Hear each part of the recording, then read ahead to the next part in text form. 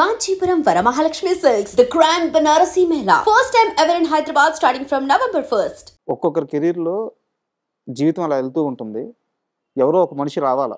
వాళ్ళు కలిసిన తర్వాత మన లైఫ్‌లో ఒక అద్భుతాలు జరుగుతాయి. అలా శ్రీహరి గారి జీవితంలో జరిగిన అద్భుతం మీ పరిచయం. అవును సార్. అదే విధంగా మీకు గూడా అంతే ప్లస్ అయింది. మీ ఇద్దరి కాంబినేషన్. అవునండి. ఒకానొక టైంలో మీరు శ్రీహరి గారితో 'అయోధ్య రామయ్య' తీసే ముందు శ్రీహరి సినిమాలంటే 4 ఫైట్లు, ఒక 2 డైలాగులు అనే ఒక చీప్, అంటే ఈ వర్డ్ నేను వాడకూడదు, బట్ ఉన్న విషయం చెప్తున్నాను. అవును సార్. అవును. ఒక చీప్ కామెంట్స్ చేసేవాళ్ళు ఇండస్ట్రీలో. హ్మ్. దాన్ని మార్చింది మహేష్. ఆ లెక్క మార్చింది మహేష్ అని చెప్పి ఒక టాక్ ఉంటుంది. నిజమేనా? నిజమే సార్. నాకు శ్రీహరి అంటే బాగా ఇష్టం సార్. అతను చాలా మంచోడండి. చాలా మంచి మెంటాలిటీ అండి. అతను వేషాల కోసం తిరుగుతుండేవాడు వెరీ బిగినింగ్ అండి. నేను సురేష్ పర్సన్స్లో అసిస్టెంట్గా చేస్తున్న టైంలో 'తాజ్ మహల్' అని ఒక సినిమా, శ్రీకాంత్ గారిది. శ్రీకాంత్ గారి సినిమా. దాంట్లో హీరోయిన్ హీరోయిన్ బ్రదర్ క్యారెక్టర్ ఉంటుందండి. అది ఒక ముస్లిం క్యారెక్టర్ ఉంది. ఆ క్యారెక్టర్కి 3-4 అనుకున్నారు వాడిని. నాయుడు గారికి ఆప్షన్స్ ఉంటాయండి. అంటే మేము ఒక స్క్రిప్ట్ రాసి ఆయన చేసినప్పుడు ఫస్ట్ 2 హీరోలు, అలాగే ప్రతి క్యారెక్టర్ 2-3 ఉంటాయి. ఇతను కాకపోతే ఇతను అంటే నాయుడు గారు నెక్స్ట్ మంత్ షూటింగ్ అమ్మంటే నెక్స్ట్ మంత్ షూటింగ్ స్టార్ట్ అయిపోవాలి. అప్పుడు ఎవరు దొరుకుతున్నారో వాళ్ళతో వెళ్ళిపోవాలి. ఆప్షన్స్ ఇలా అనుకున్న టైంలో శ్రీహరి పేరు 3వ పేరు 4వ పేరు ఉందండి. ఓకే. నేను చూసిన నాకు కథ తెలుసండి. భలే కథ అని చెప్పేసి నేను శ్రీహరిని కలిసాను, పర్సనల్ కలిసా. అప్పుడు శ్రీహరి ఇక్కడే ఉండేవాడు అంటుంది. కలిసి హరి బాబాయ్ గారు ఒక సినిమా చేస్తున్నారు, దాంట్లో భలే క్యారెక్టర్, ముస్లిం క్యారెక్టర్, నీ పేరు కూడా ఉంది, 4th ప్లేస్లో ఉంది. ఏమో లక్కీగా మొదట్లో ఎవడో దొరికేసాడు, నీ వరకు రాదు పెన్ అక్కడికి, మరి నువ్వు ఒకసారి నాయుడు గారిని కలు రేపు మార్నింగ్ అన్న. అలాగా ఏంటంటే క్యారెక్టర్ ఇలాగ ఉంటుందన్న. సరే అన్న. నాయుడు గారు మార్నింగ్ 8కి 9కి అలా స్టూడియోకి వచ్చారు. ఇతను 8:30కి వచ్చేసి ముందే వచ్చి నిలబడ్డాడండి. అలాగే నాయుడు గారు రాగానే టక్కన కాళ్ళదనం పెట్టాడు. ఎవరు? హరియా ఏంటమ్మా? సార్ ఇలాగా ఆ సినిమా చేస్తాను, ఈ సినిమాలు చేస్తానండి. అదే మన సినిమా చేస్తున్నారు విన్నాను సార్. ఒకటి శ్రీకాంత్ తోటి 'తాజ్ మహల్' సినిమా మంచి కథ అనేసి విన్నాను నేను. ఏదైనా అవకాశం ఉంటే చెప్పండి సార్ నాకు. అదే అనుకుంటున్నాం అయ్యా, దాంట్లోనూ అదే ఒక ముస్లిం క్యారెక్టర్ ఒకటి ఉంది అది అని నాయుడు గారు ఓపెన్ అయ్యారు. అలాగే సార్, నాకు ఇవ్వండి సార్, నేను చేస్తాను సార్. నువ్వు మరి చూద్దాం అన్న. నాయుడు ప్రామిస్ చేయలేదండి. చూద్దాం అన్నారు. నేను అక్కడే ఉన్నాను, పక్కన ఉన్నా. చూద్దాం అంటే వెళ్ళిపోయాడు. నేను వెళ్ళిపోయి 1 అవర్లో ఆ గెటప్ వేసుకొచ్చాడు సార్. ముస్లిం గెటప్ వేసుకొచ్చాడు. గడ్డం ఇది మొత్తం మా మేసం తీసేసి, మేసం ఉంటుంది, మేసం తీసేసాడు అప్పటికప్పుడు. మేసం తీసేసి మొత్తం అన్నీ వేసేసుకుని ఇలా వచ్చాడు. ఎవరో సార్, శ్రీహరి సార్. మరి నువ్వా భలే ఉన్నావయ్యా అని అంటే ముప్పని శివ గారిని పిలిచి, శివ ఫిక్స్. శ్రీహరికి హిందీ వచ్చి కదా, ఆ హిందీలో డైలాగ్ అది చెప్పేసరికి నాయుడు గారి మనసు ఇదే అయిపోయింది. ఫైర్ అంటే ఎలాగ ఉండాలయ్యా, ఇదే గెటప్, ఇదే అన్నాడు అంతే. ఆ సినిమా అతనికి ఫస్ట్ నంది అవార్డు వచ్చింది సార్, బెస్ట్ ఫిల్మ్. అతని జీవితంలో రామానాయుడు గారు అందరు కదా, నేనండి అతనికి అనిపించింది. మహేష్ చెప్పడం బట్టే కదా నేను అక్కడికి వెళ్ళాను, నాకు ఆ వేషం వచ్చింది అని చెప్పేసి ఇంకా అందరికీ చెప్తుండేవాడండి. చాలా ఇంటర్వ్యూలో కూడా చెప్పాడండి అతను. ఆ తర్వాత ఇంకా మా సురేష్ పర్సన్స్ సినిమాలు చేయడం అండి. ఇంకా శివయ్య సినిమా నేను చేస్తున్న, ఆ నాయుడు గారి కుటుంబం సినిమా, అన్ని ప్రేమించుకుందారా సినిమాకి వచ్చేటప్పటికి ఏంటంటే దాంట్లో అప్పుడే పెళ్ళి అయిందండి. మనిషి ఆ గెటప్ కొంచెం ఈ ఫ్యాక్షనిస్ట్ గెటప్లో చేద్దాం, వాళ్ళు ఇలా కాకుండా లుంగీ షర్ట్ పెడదాం చెప్పి లుంగీ షర్ట్ పెట్టి ఇది పెడితే చూడడానికి గ్లామర్ కనిపించేవాడండి. నేనే అన్నా, మీ ఇద్దరు నన్ను బాబాయ్ అంటే నేను అతను బాబాయ్ భలే ఉన్నది ఏంటో బుద్ధిగా ఉన్నావు నువ్వు, హీరోగా కూడా వేయించండి. మలనాడు పెట్టుకుంటాడే బాబాయ్ హీరోగా అన్నట్టు. లేదు నువ్వు ట్రై చేయ, నువ్వు ఏమిటి చెప్పలేవు, విలంగా చేసిన రజనీకాంత్ హీరో అవ్వలేదా, మోహన్ బాబు గారు హీరో అవ్వలేదా, చెప్పలేం కదా అన్న టైంకి సార్ మా ప్రేమించుకున్నారా రిలీజ్ అయిందండి.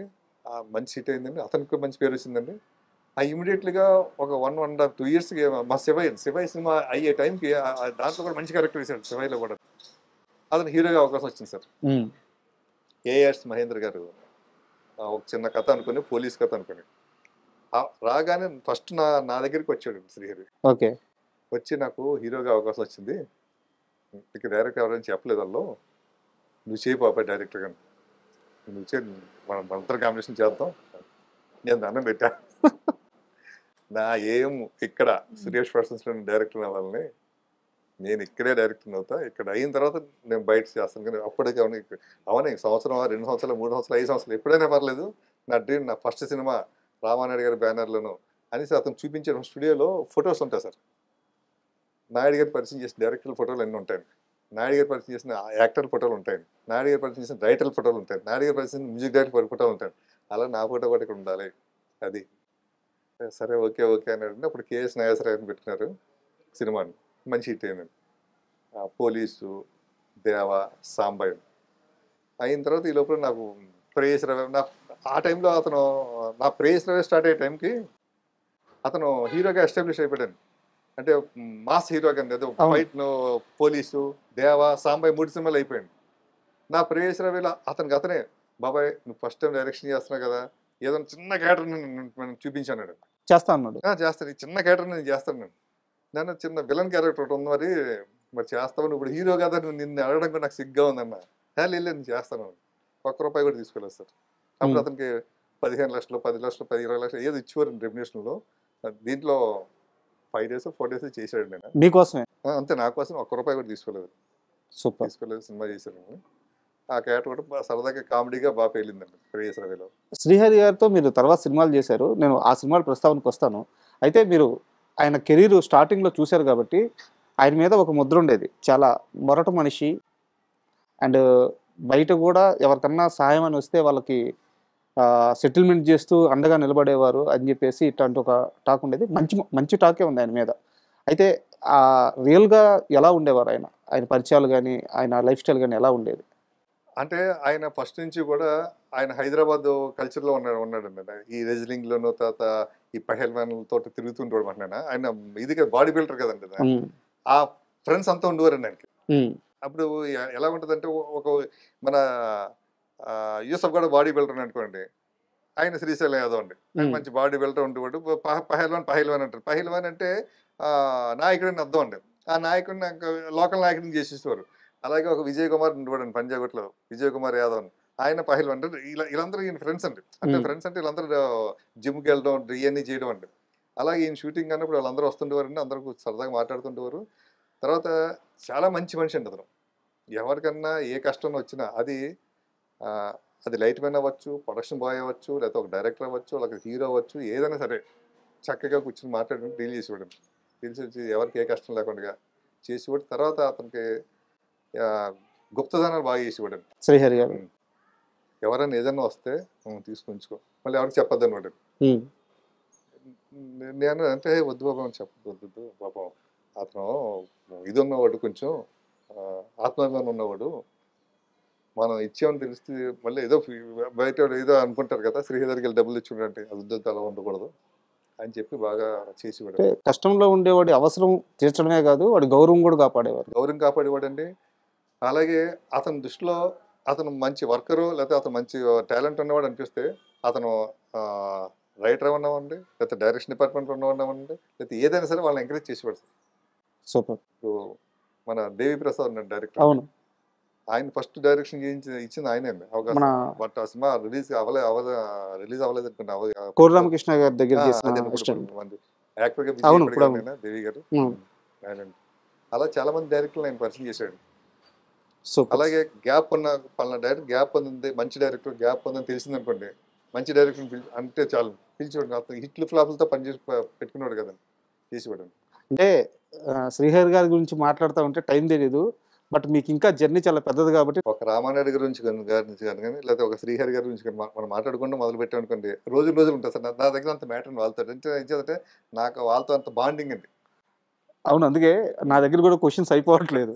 Last question, Ayodhya Ramayya cinema release అయిన తర్వాత ఆ సినిమాకి ఆయన కూడా ప్రొడ్యూసర్గా చేశారని చెప్పి విన్నాను.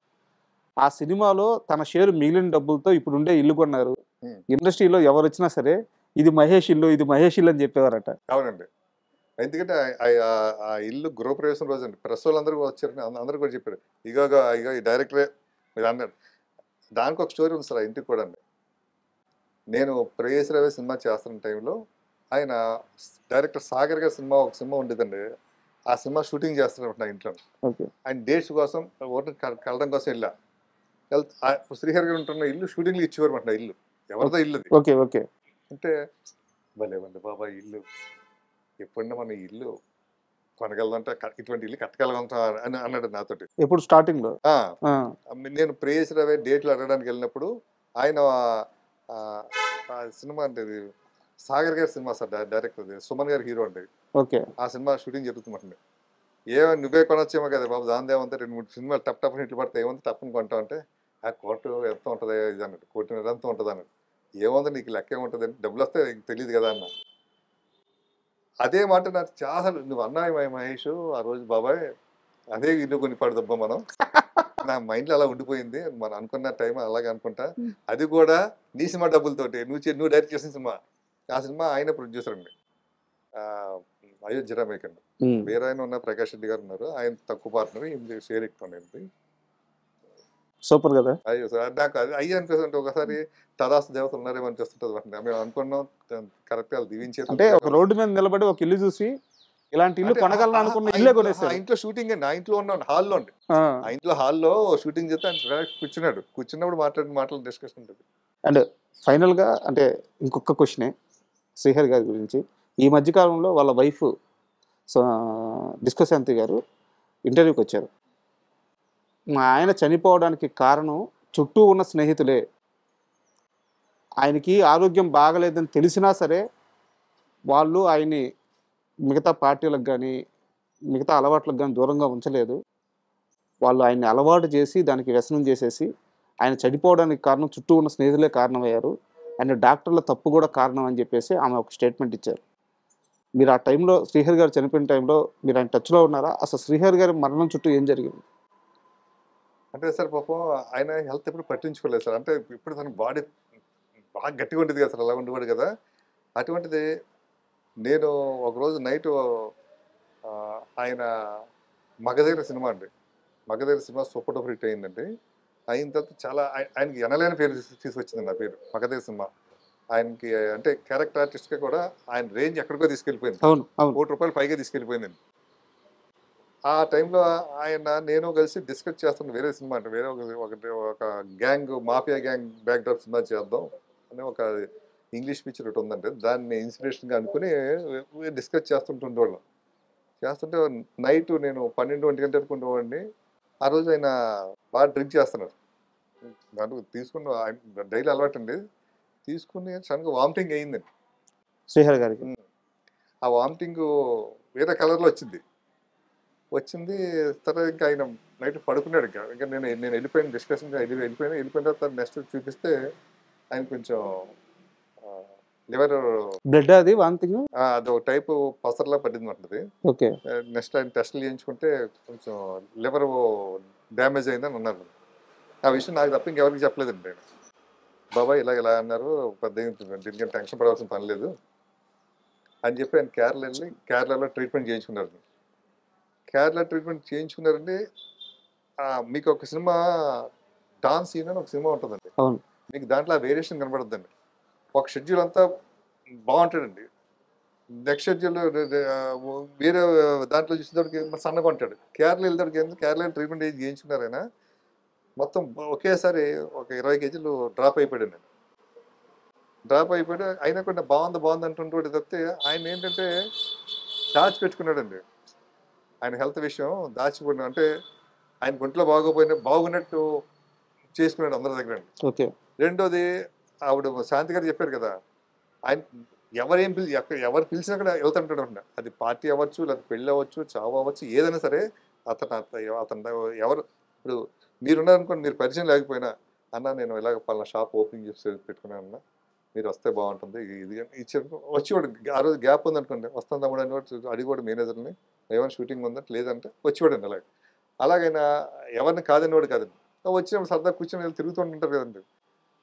ఈయనకున్నది బయట తెలిసింది కాదండి, తెలియక ఇంకా అలా చేస్తుంటారు. అది శాంతి గారు చెప్పేవారు కాదు, శ్రీహరి గారు చెప్పేవారు కాదు.